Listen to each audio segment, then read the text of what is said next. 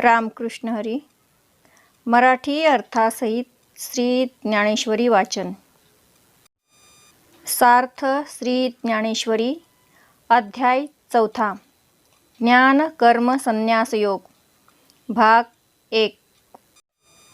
आजी श्रवणेंद्रिया पाहले, जे येणे गीता निधान देखिले.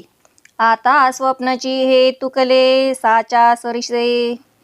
आधीची विवेकाची गोठी, वरी प्रतिपादी श्रीकृष्ण जगजेठी. आणि भक्तराजू किरीटी परिसत असे. जैसा पंचमाला पू सुगंधू, की परिमळू आणि सुस्वादू. तैसा भला जाहला विनोदू, कथेचा ये. कैसी आगळीक दैवाची, जे गंगा जोडली अमृताची. हो का जपतपे श्रोतयांची फळा आली.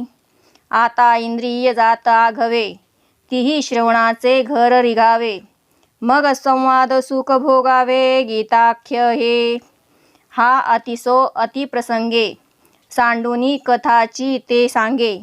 जे अर्जुन दोघे बोलत होते, ते वेळी संजय राया ते म्हणे. अर्जुनू अधिष्ठीला दैवगुणे, जे अतिप्रीती श्रीनारायणे बोलतू असे. जे न सांगेची पितया वसुदेवासी, जे न सांगेची माते देवकीसी. जे न सांगेची बंधू बळीभद्रासी, ते गुह्य अर्जुनेशी बोलत.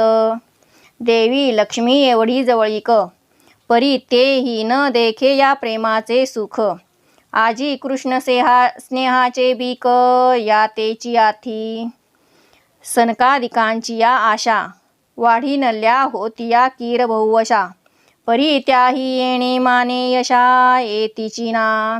या जगदीश्वराचे प्रेम, येथ दिसतसे निरुपम. कैसे पार्थे येणे सर्वोत्तम, पुण्य केले. हो का जयाची या प्रीती, अमूर्त हा आला व्यक्ती. मज एक वंकी याची स्थिती, आवडतू असे. एरवी हा योगिया नाडळे, वेदार्थासी नाकळे. जेथे ध्यानाचेही डोळे पावतीना. तो हा निज स्वरूप, अनादि निष्कंप. तरी कवणे माने सकृप, जाहला आहे. हा त्रैलोक्य पटाची घडी, आकाराची पैलथडी. कैसा याची आवडी, आवरला असे. आज श्रवणेंद्रियांसाठी भाग्याचा दिवस उजाडला. कारण या श्रवणेंद्रियांनी गीतारूपी अनमोल धनाचा ठेवा पाहिला. जणू काही स्वप्नच खरे व्हावे त्याप्रमाणे आता झाले आहे.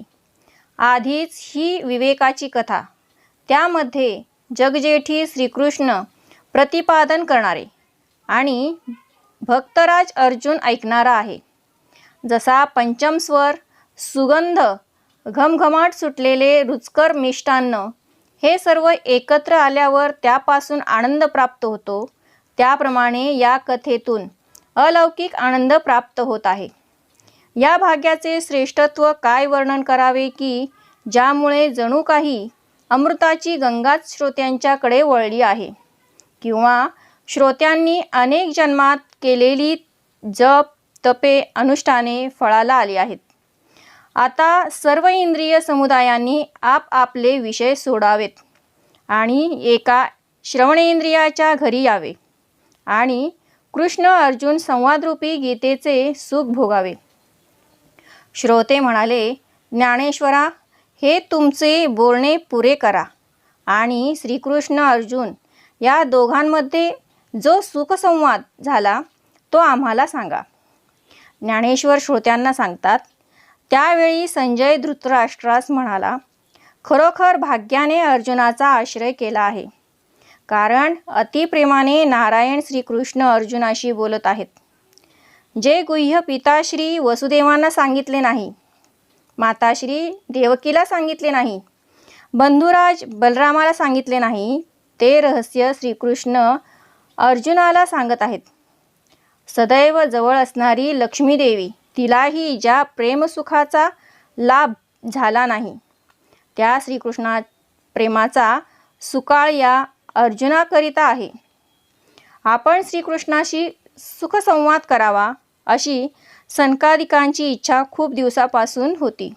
पण त्या इतक्या प्रमाणात ते यशाला प्राप्त झाले नाहीत. या जगदीश्वराचे प्रेम अर्जुनाचे ठिकाणी निरुपम दिसत आहे. अर्जुनाने हे सर्वोत्तम पुण्य कसे प्राप्त केले बरे? अर्जुनाच्या प्रेमामुळे श्रीकृष्ण हा निराकार असूनही साकार झाला. अर्जुनाची त्या देवाशी झालेली एकरूपता मला आवडली आहे. एरवी हा श्रीकृष्ण परमात्मा योग्यांनाही जाणता येत नाही. वेदांना याचे वर्णन करता आले नाही. ध्यानानेही याला जाणता येत नाही. तो हा आत्मस्वरूप उत्पत्तीरहित अचल असा आहे. परंतु कोणत्या कारणाने अर्जुनावर कृपावंत झाला आहे हे समजत नाही. हा त्रैलोक्यरूपी वस्त्राची घडी आहे. हा सर्व प्रकारच्या आकाराच्या पलीकडचा आहे. परंतु अर्जुनाच्या निस्वार्थ प्रेमाने या अनंताला आपल्या आटोक्यात आणले आहे. श्री भगवानुवाच इमं विवस्वते योगं प्रोक्तवानहमव्ययं विवस्वान्मनवे प्राह मनुरिक्ष्वाकवे ब्रवीत. श्री भगवान म्हणाले, मी हा अविनाशी योग सृष्टीच्या आरंभी सूर्याला सांगितला होता. सूर्याने तो मनुला सांगितला आणि मनुने आपला पुत्र राजा इक्ष्वाकुला सांगितला. मग देव म्हणे, अगा पंडुसुता, हाची योगू आम्ही विवस्वता. कथिला परी ते वार्ता बहुता दिवसांची. मग तेने विवस्वते रवी, हे योग स्थिती आघवी. निरूपिली बरवी मनुप्रती, मनुने आपण अनुष्ठिली. मग इक्ष्वाकुला उपदेशिली, ऐसी परंपरा विस्तारिली आद्य हे गा. देव म्हणाले, अर्जुना, हाच योग आम्ही विवस्वानाला म्हणजे सूर्याला सांगितला. परंतु ही गोष्ट पुष्कळ दिवसांची आहे. मग त्या विवस्वान सूर्याने या योगाची संपूर्ण स्थिती उत्तम प्रकारे मनुला सांगितली. मनुने स्वतः त्या योगाचे आचरण केले आणि मग आपला पुत्र इक्ष्वाकू यास त्याचा उपदेश केला. अशी ही परंपरा मुळापासून चालत आली आहे. एवं परंपरा प्राप्त मिमं राजर्षयो विदुः सकाले नेहमता योगो नष्ट परंतप. या प्रकारे परंपरेने प्राप्त झालेला हा योग राजर्षींनी जाणला. परंतु हे अर्जुना, दीर्घ काळानंतर तो योग या लोकी लुप्त झाला. मग आणिकही या योगाते राजर्षी जाहले जाणते. परी तेथोनी आता सांप्रते नेणीचे कोणी. जे प्राणिया कामी भरू देहाची वरी आदरू. म्हणून पडिला विसरू आत्मबोधाचा. अवांटली या आस्था बुद्धी विषय सुखची परमावधी. जीवू तैसा उपाधी आवडे लोका. एरवी तरी खवणे याच्या गावी. पाटा उवे काय करावी. सांगे जात्यंधारवी काय आथी. का बहिरे यांच्या आस्थानी. कवण गीता ते मानी. की कोल्हे या चांदणी आवडी उपजे. पै चंद्रोदया आरवते. जयांचे डोळे फुटती असते. ते कावळे केवी चंद्रा ते ओळखती. तैसी वैराग्याची शिव न देखती. जे विवेकाची भाषा नेणती. ते मूर्ख केवी पावती मज ईश्वरा ते. कैसा नेनो मोह वाढिनला. तेने बहुतेक काळू व्यर्थ गेला. म्हणून योगू हा लोपला लोकीये. इक्ष्वाकू नंतर आणखी काही राजर्षी या योगाला जाणणारे होऊन गेले. परंतु तेव्हापासून आजपर्यंत या योगाला कोणी जाणत नाही. याचे कारण म्हणजे प्राणीमात्राचा भार काम या विषयावर होता आणि ते देहालाच सत्य मानत होते व देहावरच प्रेम करत होते. म्हणून त्यांना आत्मज्ञानाचे विस्मरण झाले. बुद्धी आडमार्गाकडे जाऊ लागल्यामुळे लोकांना विषयातच आत्यंतिक सुख वाटू लागले आणि देहाचेच विचार प्राणांप्रमाणे प्रिय झाले. ज्या गावात वस्त्रे घालीत नाहीत त्या गावात उंची वस्त्रांचा काय उपयोग? किंवा जन्मापासून अंध असणाऱ्याला सूर्याचा काय उपयोग? किंवा बहिऱ्या माणसास संगत सभेत गाण्याचा कोणी मान देईल का? किंवा कोल्ह्याला चांदण्याची आवड कधी निर्माण होईल काय? चंद्राचा उदय होण्यापूर्वी ज्यांचे डोळे मिटतात ते कावळे चंद्राला कसे बरे बघतील, ओळखतील? त्याप्रमाणे ज्यांनी वैराग्याची सीमा देखील पाहिली नाही, सत्य व असत्य याची भाषा ते समजत नाहीत, ते अज्ञानी मला ईश्वराला कसे बरे प्राप्त होतील? असा हा अज्ञानाचा मोह कसा वाढला हे काही कळत नाही. त्यामुळे बहुतेक काळ हा योग परंपरेपासून व्यर्थ गेला. म्हणून या लोकी हा योग लुप्त झाला. स एवायं मया तेद्य योग प्रोक्त पुरातनः भक्तोऽसि मे सखा चेति रहस्यं हेतदुत्तमम्. तो हा पुरातन श्रेष्ठ ज्ञानरहस्यरूप असा योग मी तुला सांगितला, कारण तू माझा भक्त आणि सखा आहेस. तोची हा आजी आता तुझ प्रतीक उंती सुता सांगितला आम्ही तत्वता भ्रांती न करी. हे जीवीचे निज गुज परी केवी राखो तुझ जे पडियेसे तू मज म्हणून या. तू प्रेमाचा पुतळा, भक्तीचा जिव्हाळा, मैत्रियेची चितकळा धनुर्धरा. तू अनुसंगाचा ठावो, आता तुझ काय वंचू जाओ. जरी संग्रामारूढ आहो जाहलो आम्ही, तरी नावे कहे सहावे गाजावज्जही न धरावे. परी तुझे अज्ञानत्व हरावे लागे आधी. हे कुंतीसुता, तोच योग आम्ही तुला यथार्थपणे कथन केला आहे. याविषयी मनात कोणत्याही प्रकारची भ्रांती बाळगू नकोस.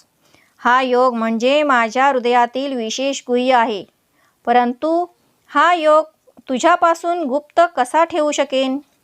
तू तर माझा अत्यंतिक आवडता आहेस, म्हणून मी तुला तो सांगितला आहे. हे अर्जुना, तू जणू काही प्रेमाचा पुतळा आहेस, भक्तीचा जिव्हाळा आहेस, जिवलग मित्रत्व रूपी चैतन्याचा अंश आहेस. जरी आम्ही युद्धाला सज्ज झालो आहोत, तरी हे अर्जुना, तुझा आणि माझा अगदी जवळचा संबंध आहे. त्यामुळे तुझ्यापासून काही लपवून ठेवता येईल काय? तरी काही काळ हा युद्धाचा प्रसंग बाजूला ठेव. आमचे प्रथम कर्तव्य म्हणजे तुझे अज्ञान दूर केले पाहिजे. अर्जुन वाच अपरं भवतो जन्म परं जन्म विवस्वतः कथमेतद्विजानीयां त्वमादौ प्रोक्तवानिति.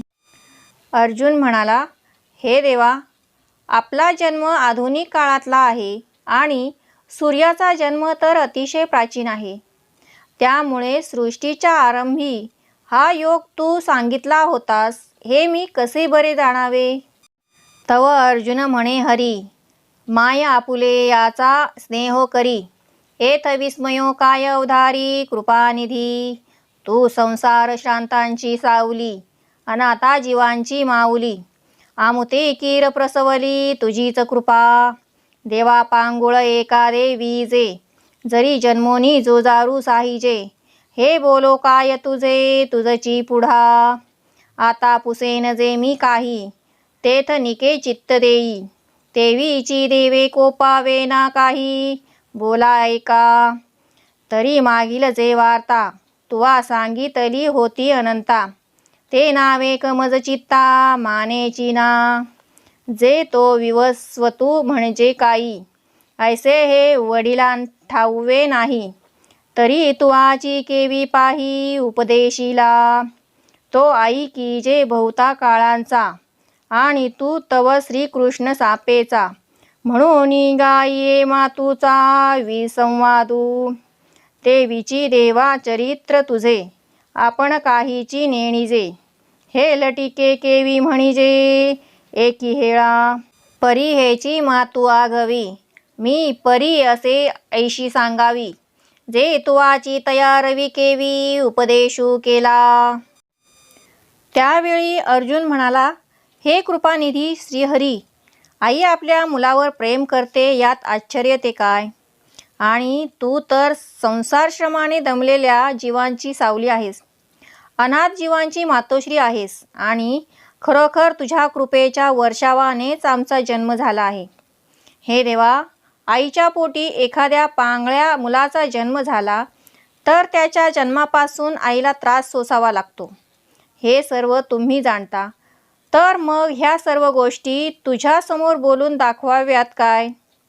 हे देवा, आता तुला मी जे विचारणार आहे त्याच्याकडे उत्तम प्रकारे लक्ष दे. माझ्या प्रश्नाचा राग मनामध्ये आणू नये ही नम्र विनंती. हे अनंता, तू पूर्वीचा इतिहास मला जो सांगितलास तो क्षणभर माझ्या मनाला पटत नाही. विवस्वान म्हणजे कोण याची आपल्या आईवडिलांना देखील कल्पना नाही, तर मग तू त्यांना उपदेश केलास हे कसे बरे शक्य आहे? तो सूर्य तर फार प्राचीन काळातला आहे असे आम्ही ऐकतो, आणि हे कृष्णा, आपण तर अगदी अलीकडच्या काळात जन्माला आलो आहोत, म्हणून तुझ्या बोलण्यामध्ये विसंगती दिसत आहे. हे देवा, तुझे चरित्र आम्हास काही कळत नाही, तर मग आपण जे बोलता ते खोटे आहे असे एकदम कसे म्हणावे? प्राचीन काळी सूर्याला तू जो उपदेश केलास ती गोष्ट मला उत्तम प्रकारे समजू शकेल अशा पद्धतीने सांगावी. श्री भगवानुवाच बहुनी मे व्यतीतानि जन्मानि तव चार्जुन तान्यहं वेद सर्वाणि न त्वं वेत्थ परंतप.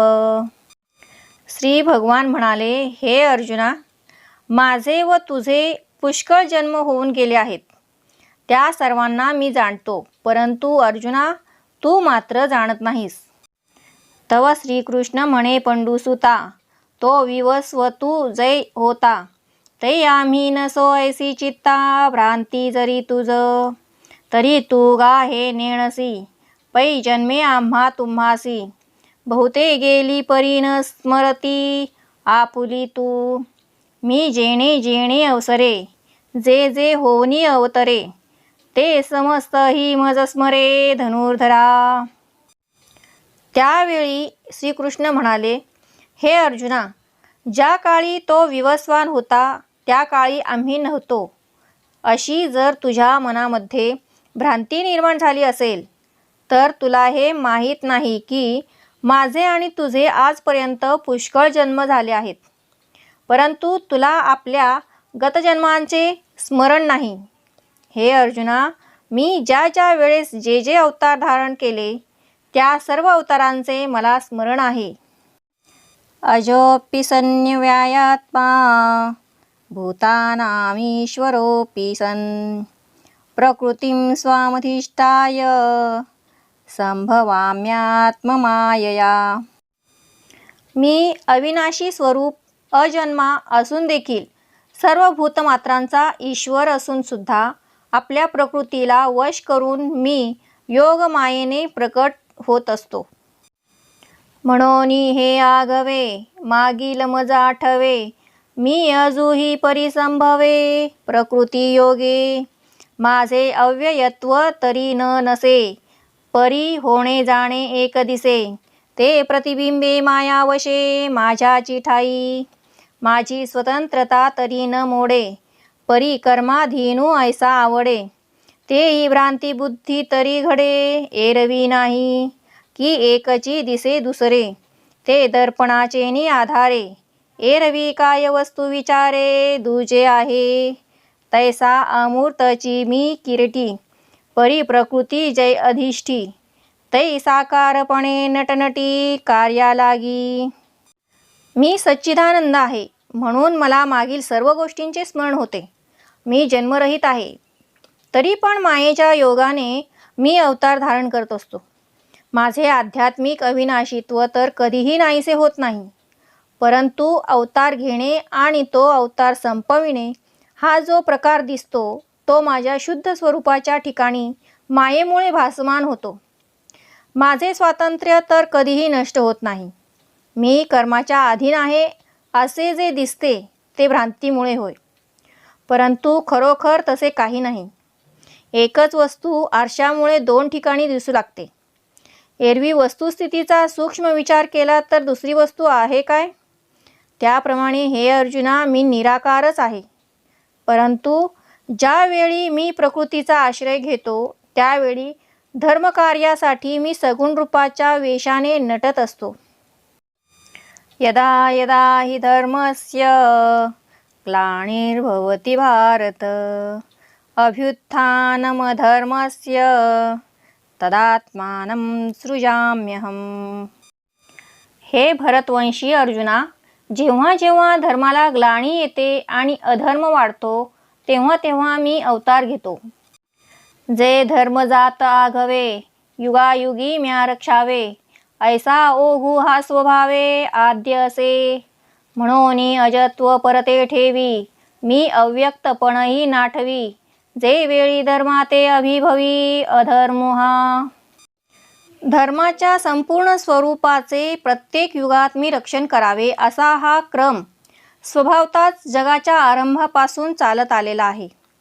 म्हणून ज्या ज्या वेळी अधर्म हा धर्माचा ऱ्हास करू लागतो त्यावेळी मी माझ्या जन्मरहितपणा बाजूला ठेवतो आणि माझ्या अव्यक्तपणाची आठवणही न ठेवता मी अवतार धारण करतो. परित्राणाय साधूनां विनाशाय च दुष्कृतां धर्मसंस्थापनार्थाय संभवामि युगे युगे. साधूंचे रक्षण करण्यासाठी, पापकर्म करणाऱ्यांचा विनाश करण्यासाठी आणि धर्माची पुनर्स्थापना करण्यासाठी मी युगायुगात प्रकट होत असतो. ते वेळी आपुल्याचेनी कैवारे मी साकारू होऊनी अवतरे. मग अज्ञानाते अंधारे गिळूनी घाली. अधर्माची अवधी तोडी दोषांची लिहिली फाडी. सज्जनांकरवी गुढी सुखाची उभवी. दैत्यांची कुळे नाशी साधूंचा मानू गिवसी. धर्मासी नीतीशी शेष भरी. मी अविवेकाची काजळी फेडूनी विवेक दीप उजळी. तै योगिया पाहे दिवाळी निरंतर. सत्सुखे विश्व कोंदे धर्मची जगी नांदे. भक्ता निघवी दोंदे सात्विकांची. तै पापांचा अचळू फिटे पुण्याची पहाट फुटे. जय मूर्ती माझी प्रगटे पंडू कुमरा. ऐसे या काजा लागी अवतरे मी युगी युगी. परी हेची ओळखे जो जगी तो विवेकिया. त्यावेळी माझ्या भक्तांच्या कैवारासाठी मी देह धारण करून अवतरतो आणि अज्ञानरूपी अंधकार नाहीसा करतो. अधर्माची मर्यादा तोडून टाकतो. दोषाने लिहिलेले लिखाण फाडून टाकतो आणि सज्जनांकडून सुखाची ध्वजा उभारतो. दैत्यांच्या कुळांचा नाश करतो. साधूंचा गेलेला मान पुन्हा मिळवून देतो आणि धर्म व नीतीची सांगड घालतो. मी अविवेकाची काजळी नाहीशी करतो आणि विवेकदीप प्रज्वलित करतो. त्यावेळी योगी लोकांना अखंड आनंदाच्या दिवाळीचा अनुभव येतो. मग आत्मसुखाने सर्व विश्व भरून जाते. फक्त धर्मच जगात नांदत असतो.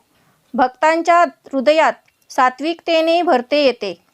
हे अर्जुना, ज्यावेळी मी अवतार रूपाने प्रगट होतो त्यावेळी पापांचा पर्वत नाहीसा होतो आणि पुण्याची पहाट उदय पावू लागते. अशा या कार्यासाठी मी युगानुयुगे ठायी अवतार धारण करत असतो. माझे हे कार्य जो जाणतो तो या जगात खरा विवेकी होय. जन्म कर्म च मे दिव्य मेवं यो वेत्ति तत्त्वतः त्यक्त्वा देहं पुनर्जन्म नैति मामेति सोऽर्जुन. हे अर्जुना, याप्रमाणे माझे दिव्य जन्म व कर्म जो यथार्थपणे जाणतो तो पुरुष देहत्यागानंतर पुन्हा जन्मास येत नाही, तर मला येऊन मिळतो. माझे अजत्व जन्मणे अक्रियताची कर्म करणे हे अविकार जो जाणे तो परममुक्त, तो चालीला संगेन चले, देहीचा देही ना कळे, मग पंचत्वी तव मिळे माझ्याची रूपी.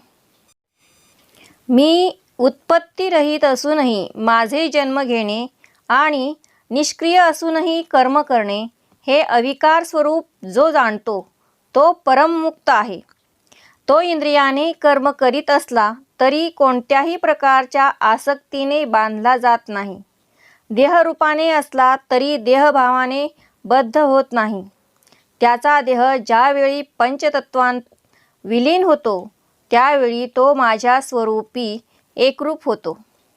वीतराग भय क्रोधा मन्मया मामुपाश्रिताः बहवो ज्ञान तपसा पूता मद्भावमागताः. आसक्ती, भय आणि क्रोधरहित अशा माझ्याच स्वरूपात रंगून गेलेले, माझाच आश्रय घेतलेले, ज्ञानस्वरूप तपाने पवित्र झालेले अनेक अनन्य भक्त माझ्या स्वरूपाला प्राप्त झाले आहेत. एरवी परापर न शोचिती, जे कामना शून्य होती, वाटा कोणे वेळी न वचती क्रोधाचिया, जे सदा मियांची आथिरे माझिया सेवा जियाले, का आत्मबोधे तोषले वीतराग जे तपो तेजाची या राशी, की एका यतन ज्ञानासी, जे पवित्रता तीर्थांसी तीर्थरूप, ते मद्भावा सहजे आले, मी तेची ते होऊनी ठेले, जे मज तया उरले पदरू नाही. सांगे पितळेची गंधिका आळिका, जैसे फिटली होय निशेख, तै सुवर्ण काही आणिक जोडू जाईजे, तैसे यमनियमी कडसले, जे तपोज्ञाने चोखाळले, मी तेची ते जाहले येथ संशय कायचा. एरवी जे आपल्याबद्दल किंवा दुसऱ्याबद्दल शोक करत नाहीत, ज्यांचे मन वासनारहित झालेले असते, जे कधीही क्रोधाच्या मार्गाने जात नाहीत, जे माझ्या भावनेने सदैव संपन्न असतात, माझ्या सेवेसाठी ज्यांचे जगणे असते, आत्मज्ञानाने जे संतुष्ट असतात आणि ज्यांची विषय आसक्ती नष्ट झालेली असते, ते जे तपरूपी तेजाच्या राशी आहेत, जे ज्ञानाचे एकमेव ठिकाण आहे, जे तीर्थांना देखील पवित्र करणारे तीर्थरूपच आहेत, ते माझ्या स्वरूपाला सहजच येऊन मिळतात, जे मीच होऊन राहतात, ज्यांच्यात आणि माझ्यामध्ये कोणत्याही प्रकारचा भेदाचा पडदा राहत नाही. असे सांग की हिणकस सोन्यामधील असलेला पितळेचा गंज आणि काळेपणा हे दोन दोष पूर्णपणे नाहीसे झाले तर शुद्ध असे सोने काही वेगळे मिळवावे लागते काय? त्याप्रमाणे जे यमनियमांचे शास्त्रशुद्ध पद्धतीचे आचरण करतात, जे तपाने आणि ज्ञानाने शुद्ध झाले आहेत, ते आणि मी एकरूप झालो आहोत, यामध्ये संशय तो कसला? ये यथा मां प्रपद्यन्ते तांस्तथैव भजाम्यहम् मम वर्त्मानुवर्तन्ते मनुष्या पार्थ सर्वशः. हे अर्जुना, जे लोक मला जसे भजतात मीही त्यांना तसाच भजतो. हे तत्व जाणून ज्ञानी लोक सर्व प्रकारे माझ्या मार्गांचे अनुकरण करतात. एरवी तरी पाही, जे जैसे माझ्या ठाई भजती तयामीही तैसाची भजे. देखे मनुष्यजात सकळ, हे स्वभावताच भजनशीळ. जाहले असे केवळ माझ्याची ठाई, परी ज्ञाने विण नाशिले. जे बुद्धी भेदासी आले, तेणेची त्या कल्पिले अनेकत्व. म्हणून अभेदी भेद देखिती, यया अनाम्या नामे ठेविती. देवी देवो म्हणती अचर्चाते, जे सर्वत्र सदा सम. तेथ विभाग अधमोत्तम, मतिवशे संभ्रम विवंचिती. एरवी असे पहा की जे लोक माझी अनन्य भावाने जशी भक्ती करतात त्याप्रमाणे मीही त्यांच्यावर प्रेम करतो. हे पहा की मनुष्यमात्रांची स्वभावताच माझे भजन करण्याकडे वृत्ती आहे. परंतु ज्ञान नसल्यामुळे बुद्धीच्या ठिकाणी अनेक भेद निर्माण होतात. वास्तविक मी जो एक आहे त्या माझ्या ठिकाणी ते अनेकत्वाची कल्पना करतात. अभेदाच्या ठिकाणी अनेक प्रकारचे भेद पाहतात. मी नामरहित असताना मला अनेक प्रकारची नावे देतात. मी चर्चेचा विषय नसताना मला देवदेवी म्हणतात. मी सर्वत्र सदैव समप्रमाणात असताना भेदबुद्धीने संभ्रमित झालेले लोक हा उत्तम हा अधम असा भेदभाव पाहतात.